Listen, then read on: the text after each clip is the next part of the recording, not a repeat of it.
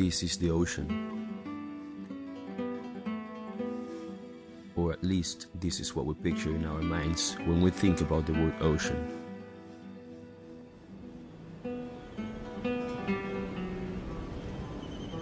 However, this is not necessarily the whole truth. Human action has shifted the situation in many of its areas. Oil slicks, shipping industry, and garbage islands have dramatically transformed the paradise that the ocean used to be.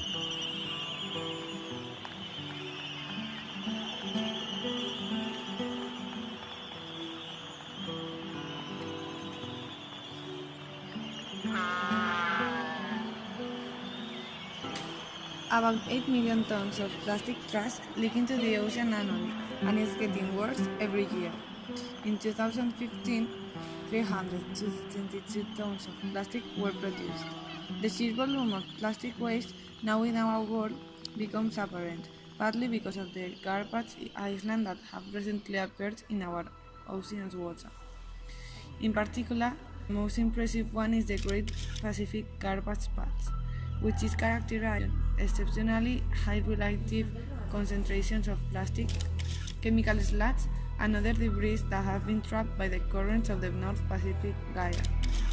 This gyre draws in waste material from across the North Pacific Ocean, including coastal waters of North America and Japan.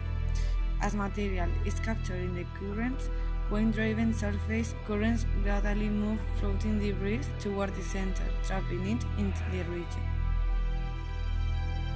The primary source of marine debris is the improper waste disposal or management of trash and manufacturing products, including plastics. Debris is generated on land at marinas, ports, rivers, harbors, docks, and storm drains. Debris is generated at sea from fishing vessels, stationary platforms, and cargo ships. Pollutants range in size from abandoned fishing nets to micro-pellets used in abrasive cleaners. 9.1 billion tons of plastic produced since 1950, close to 7 billion tons, are no longer in use. It is estimated that only 9% got recycled over the years, while another 12% was incinerated, leaving 5.5 billion tons of plastic waste to litter the oceans or land. There's a big amount of plastic debris floating in the Earth's oceans, but in some zones, the concentration of this debris is extremely high, creating what we know as plastic islands. If we look at the worldwide distribution of plastic on the surface of open ocean, we can see that there are 5 main plastic islands, according to the 5 ocean currents or gyres created by the Earth's rotation, and the predominant winds. This means that there is a big amount of plastic debris in the convergence zone of each of the 5 large subtropical gyres, so each continent is affected by these systems. These 5 zones are North Pacific Ocean, North Atlantic Ocean, South Atlantic Ocean, South Pacific Ocean, and Indian Ocean, and are creating an estimated plastic accumulation between 7,000 and 35,000 tons. The Great Pacific Garbage Patch is the biggest plastic island because it represents between 33 and 35% of the world plastic accumulation. It was discovered between 1985 and 1988, and we don't know exactly their size, but it's estimated to be between 7,000 and 15 million square kilometers. As the other areas, this plastic island was formed as a result of ocean or marine pollution gathered by oceanic currents. Specifically, this plastic island is bounded by the North Pacific Subtropical Gyre, which is where currents from California, North Equatorial, Kuroshiro, and North Pacific interact.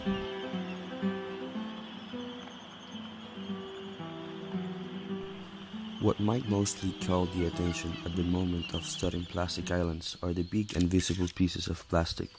However, there is a real issue with plastics in the ocean, and it is not about the biggest pieces of plastic, but about microplastics. These are tiny plastic particles created when larger plastic items, such as toothbrushes, bottles, and bags, break down into smaller pieces to the molecular level. A study made in 2001 by the Algalita Marine Research Foundation found that there were areas of the Newston, that is the upper part of the marine area, with levels of concentration of plastics that were 7 times that of plankton. These tiny particles cause 2 main problems. First, they act like sponges to other toxins in the water such as pesticides, which makes these toxic substances be concentrated. Secondly, microplastics are composed by a kind of molecule that the body cannot fully break down, and the smallest pieces of these kind of particles can cross the skin of the fishes, which affects their reproduction and immunity system. This is apart from all the microplastics that sea animals take in whenever they consume plankton. It is proved that microplastics are harmful to animals, but what we do not clearly know yet is how harmful it is for humans, although it is a fact that plastic is in our food chain and in our drinking water. But plastic islands do not only affect marine species. One of the greatest examples of the extreme situation the Great Pacific Patch has created is Midway Island. This atoll, situated in the middle of the Pacific Ocean, holds the biggest community of black-footed albatross in the world, of nearly 1.5 million birds.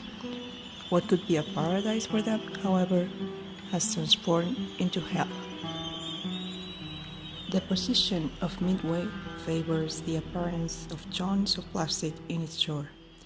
Animals are dying as a consequence of eating plastic, believing it is food. The albatross take these pieces, which many times are bottle caps, confusing them with fish because of their color, and give them to their chicks. The whole population of albatross in the island is likely to have plastic in their digestive system, and this has caused the death of many of them. They are not the only ones affected. Scientists have found traces of plastic also in monk seals, an endangered species. It is in fact possible that the amount of plastics caused by human action which are thrown into the ocean is bigger in volume than the amount of resources that are left in some areas.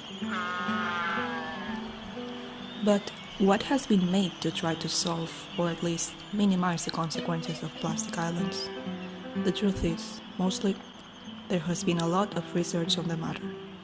Scientists have focused on examining the composition of water in these places and determining the effects of the concentration of microplastics there.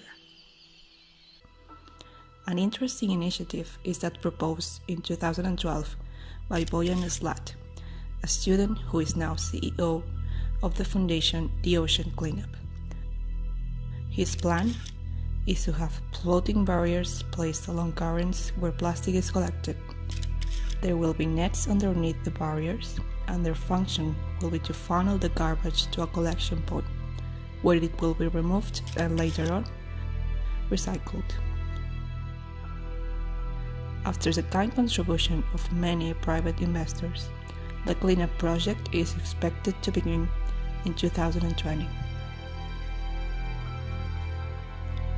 It is true that Midway and the garbage patches might seem to be something very far away from us, something that won't affect our daily lives.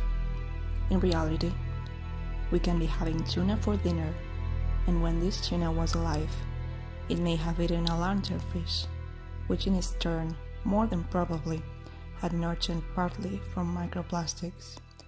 The pollution of the oceans is a global problem because human life depends in many ways on oceans and sea life. This is the result of decades of irresponsibility, decades of unawareness, decades of buying and wasting without thinking of the consequences. Future has arrived, and now these consequences affect us in ways we cannot even predict. But it is not too late. We have seen initiatives that are trying to change the situation, and we can also contribute at the local level, first of all, by raising awareness of the problem.